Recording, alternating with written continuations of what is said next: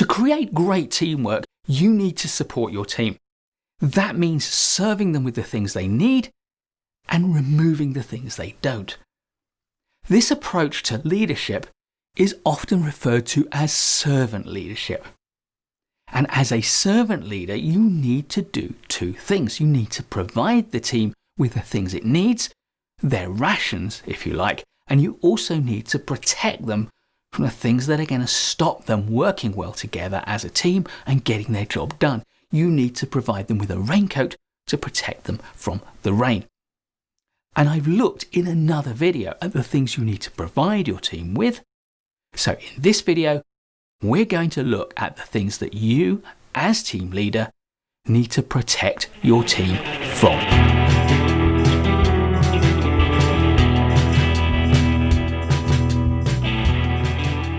There are 5 things that you need to protect your team from if you want to give them every opportunity to practice excellent team working and to get their job done. And the first thing you need to do is to protect them from distraction, from the unnecessary and the necessary burden of administration. Yes, if you work in an organisation, there will be huge amounts of admin tasks, simple tasks that need to get done. The more you can relieve your team of the requirement to do them, even if that means doing it yourself, then the better your team will be placed to get on with its job and deliver. The second thing you need to protect your team from is interruptions. Colleagues making demands on your team members' time. Encourage those colleagues to come to you and make demands on your time so your team can get on with their job. And if colleagues do make demands on your team members' time, then help them to rebuff those requests where they're inappropriate or unwanted. The third thing to protect your team from is conflict, both internal and external to the team. Conflict can be a huge time waster. Now, sometimes internal conflict within the team can be constructive. But where it's not, and in particular where the conflict is between team members and external parts of the organisation or people outside of the organisation, if you can step in and take on that conflict and protect your team from it, then you can again free them up. If your team is struggling to resolve internal conflict, then get involved and resolve it as quickly and as effectively as you can so that your team can get back onto an even keel and get working. Number 4 is inquiries. People want to know what's going on and they will come to team members to ask them questions. Head off those inquiries by tackling them yourself. Now, one of the problems with this is that if someone makes an inquiry of a team member and they get good news, then the team member can bask in the radiance of being a star. And we don't want to protect our team members from that. They need to get the credit that is due. So when you take on the role of answering inquiries on behalf of the team, make sure you do give the credit to the team members who deserve that credit. And make sure you do so in a conspicuous way and follow up to be sure that people have recognised that credit. But tackling the inquiries that come into the team will relieve your team of the need to answer all those queries and therefore disrupt the team working. And the final thing you need to protect your team from is the most dangerous.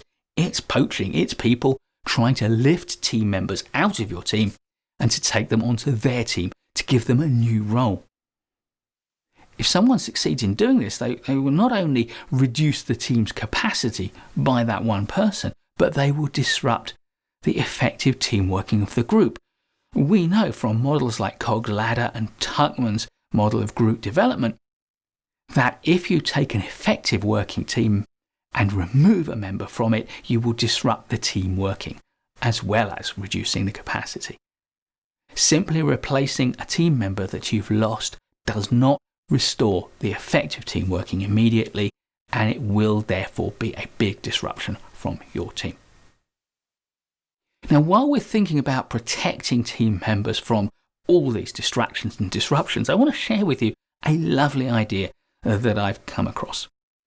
Originally, I knew it as the red badge, green badge method, but the problem for me with that is that some people are colourblind, and the most common form of colourblindness is red-green colourblindness. So if you are colourblind and you see someone wearing a red or a green badge, you probably will struggle to distinguish between them. So I prefer red badge and blue badge, and also putting an initial on it so that if someone is profoundly colourblind, they can still tell the colour of the badge. But the principle is very simple. On any given day, some team members will be engaged in highly time-sensitive, urgent, important activities. Their work is the most important and needs to be prioritised. Other team members, including you, may have important work to do, but not as important and not as urgent. And if at the start of every day you can identify who those key players are today, give them all a red badge, and everyone else wears a blue badge. And the rule is very simple. If a red badge needs anything, then they can ask a blue badge for support or help or accessing it, and that blue badge has to drop what they're doing and do it. So even if the most junior member of your team, who happens to be wearing a red badge today, comes to you as team leader and asks you to get them a cup of coffee because they're thirsty, that becomes your most pressing job. The red badge, blue badge process makes very clear who gets priority, and you can reallocate badges on a day-by-day basis to make sure that people don't abuse it and to make sure that your effort is focused properly. Whether you like the badge process or not, I think the principle is clear. If you're leading your team, a big, important part of your job is to make it easy for them to succeed, to harness their teamwork by removing from the team the burdens of organisational life. And if you can do that, your team can get on with its job of delivering. Please do give us a thumbs up if you like this video. There's loads more great management courses content to come, so please do subscribe to our channel and hit the notification bell so you don't miss any of it. I'll look forward to seeing you in the next video, and in the meantime, keep learning.